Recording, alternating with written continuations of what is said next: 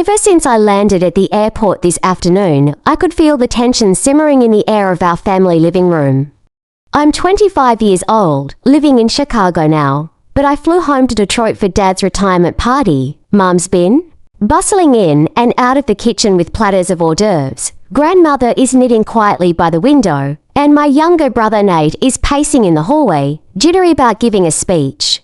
I clutched the bottle of champagne I brought as my gift, heartsick and hopeful that tonight will go differently than our last reunion. I spotted Dad stepping through the front door, his shoulders stiff and jacket pressed crisp as a uniform at parade. He greeted me with a curt nod, eyes flicking past me to examine the room. He wore his usual navy blazer, a crisp white shirt, and a tie patterned with tiny sailboats, which always reminded me of our summer vacations by the lake. Dad's expression held a familiar mix of pride and impatience. I swallowed, hoping the champagne would be a peace offering. Instead he remarked, "Oh, you brought that? You always make it weird." The words cut sharper than my cheeks flamed with embarrassment as a hush fell over the room. I forced a laugh that felt brittle in my throat. Mum gave Dad a pointed look before smoothing a strand of hair behind her ear, but she said nothing. Nate cleared his throat, making me glance his way. His eyes were sympathetic, but the pity in them stung. Grandmother paused her knitting, peering over her glasses as though expecting a fight. I gripped the champagne bottle tighter, knuckles a white unning. "Sorry," I mumbled, the single syllable felt inadequate. The weight of every curious guest's gaze pressed against me always. I set the bottle down on a small side table. It's chilled, glass sweating in the warmth of our living room. I tried to join the circle of relatives gathered near the sofa, but felt like a stranger in my own flesh. Dad clapped his hands to announce beginning of the ceremony. Everyone gathered around the cake table while he launched into a formal speech about his 40 years as an engineer at Ford. He praised hard work, dedication, and reliability, values I admired but always struggled to embody. My champagne gift lay silent, menacing accusation in its corner dot as Dad concluded. Glasses rose like a tide, clear, rosy flutes glinting under warm lamplight. Mum reached for her wine, Nate fumbled with beer, and even Grandmother carefully lifted her peach Bellini. I stepped forward to offer my champagne for the toast. My fingers brushed the flute stem as I caught Dad's eye. He held my gaze for a beat, his mouth twitching in an unreadable expression. Then he turned away, raising his glass with practiced ceremony. The effervescent bubbles tickled my throat as I sipped.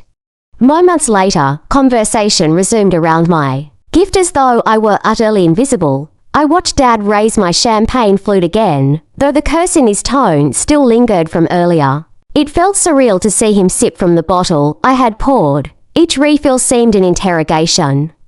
I glanced at Mum, who exchanged a fleeting, apologetic look with me before she murmured, "Ignore him." Mum's lips trembled slightly behind her polite smile. Grandma nodded in sympathy while praising Dad's career. Nate bumped my elbow under the table, eyes wide, mouthing, "Hang in there." I forced a polite smile and swallowed my envy and frustration. The room felt smaller with every minute. He cleared his throat, tapping his glass against the rim for attention. The guest turned expectantly. Dad gestured toward his old colleague, Mr. Harris, who stood beside him in a crisp grey suit. "I want to recognize the people who made this possible," Dad declared. Then he dipped into my champagne, selecting a flute, and handed it to Mr. Harris. A murmur ran through the crowd. My heart twisted. That bottle was a symbol of celebration. For Dad's new chapter, my personal gift to him, yet it seemed repurposed without acknowledgement. I swallowed back a protest, hoping no one noticed. My pulse hammered in my ears as Mr. Harris raised the flute to his lips and tasted the bubbles. He nodded appreciatively. Dad smiled, but not at me. The toast continued, honoring mentors, friends, and cousins I barely recognized. I hovered by the snack table, feigning interest in spinach dip while keeping one eye on my bottle. I could feel sweat prickling at my temples. How did my gift become a prop in someone else's celebration? A wave of frustration and hurt rose inside me. I clenched my jaw, determined not to let my emotions spill in front of everyone. In that moment I realized I couldn't stay cooped in my childhood home feeling sidelined. I'd come prepared with a heartfelt gift. expecting gratitude, not appropriation. My vision of a warm family celebration dissolved like sugar in champagne. With measured steps, I approached Dad, champagne flute in hand. Heat raced through me. As I met his gaze, the room seemed to hold its breath. I planned the words I would say, balancing hurt and fairness on a knife edge. Then I hesitated, the doubt whispering, would I make it weirder if I spoke up or remained silent and walk away? I hesitated, the doubt whispering at the edges of my mind. My pulse thundered in my ears as every eye turned toward me. In that frozen moment, I realized I had a choice, let the tension swallow me, or reclaim my voice before the evening slipped. Away under Dad's dismissive glare, exhaling slowly, I raised the flute toward him, my fingers still trembling. Dad, I said, voice steadying as it left my throat, this champagne was my gift to you, a celebration of all you've accomplished. I thought it would be shared with gratitude, not passed around without a word. The silence stretched, fragile as glass. His eyes flickered, uncertainty replacing the smirk I was used to. For a hot beat, I thought he might brush me off again, dismiss my words as just another emotional outburst. Instead, his jaw unclenched, and I noticed the faint quiver at the corner of his mouth. The room remained still, guests exchanging glances, waiting for the next move. Dad set down his glass carefully, as though he had just realized its weight. He cleared his throat, a soft sound that seemed to release the evening's tension. You are right, he admitted after a moment, voice low. I was thoughtless. I'm sorry, Sarah. His use of my name felt like an olive branch. I felt a mixture of relief and surprise as murmurs rippled through the group. Mom exhaled, her shoulders sagging in relief, and Grandma's knitting needles stilled. Nate beamed at me, pride shining in his eyes for the first time that evening.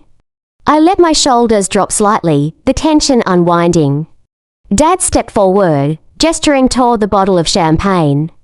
Please, he said, voice firmer now, Sarah, would you do the honors and pour? The invitation warmed me, a restoration of respect I'd longed for.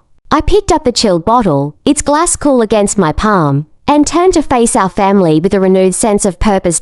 As I tilted the bottle, the champagne flowed into each flute like liquid sunlight, rising in delicate curves before settling into shimmering gold, the room brightened with soft laughter and relaxed smiles. I approached Dad first, filling his glass to the perfect level, then moved to Mom, Grandma, Nate, and finally, Mr. Harris, who offered a nod of approval. With every pour, I felt a shift, a collective sigh of acceptance that eased the anxiety knotted in my chest. The urban light from the living room window cast a gentle glow on the scene, highlighting faces glowing with warmth and shared celebration. When everyone's glass was filled, Dad gently lifted his flute. To Sarah, he began, voice steady, whose thoughtfulness reminds us of the importance of intention in every gesture. Thank you for bringing this night to life. Then he winked at me, and the room burst into genuine applause, the kind that crinkles your eyes and sends warmth flooding through your chest. My heart fluttered as I raised my own glass to him. I caught Mom's eye and saw her tears of pride. In that moment, I realized that sometimes a single question, voiced with courage, can transform an entire gathering. Conversations flowed easily now as guests reminisced about Dad's career and shared childhood anecdotes. I joined in, recounting the summer he taught me to sail on Lake Michigan, his patient guidance as I sculled the boat through gentle waves. Laughter followed when I described the time I nearly capsized us both, his hand steady on the rudder as he kept us upright. Mom chimed in with her memory of Dad fixing my broken bicycle with a wink and a joke. Even Mr. Harris shared a story about Dad's first major engineering triumph, painting a picture of a young man driven by passion. As the evening wore on, I felt a calm settling over me. The awkwardness and hurt from earlier had given way to a deeper understanding of Dad's complexity, his pride, his occasional insensitivity, and his love tempered by his own insecurities. I realized that our relationship, like the champagne, needed careful handling and attention to truly sparkle. Nate leaned over and whispered, "Nice save," making me grin. Grandma patted my hand, approvingly. And Mom squeezed my shoulder, sharing a silent bond of solidarity. I tucked these moments into my heart, knowing they would carry me through the times when words felt trapped behind fear.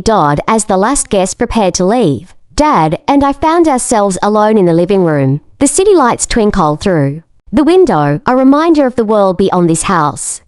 He nodded toward the empty champagne flutes on the table and offered a half smile.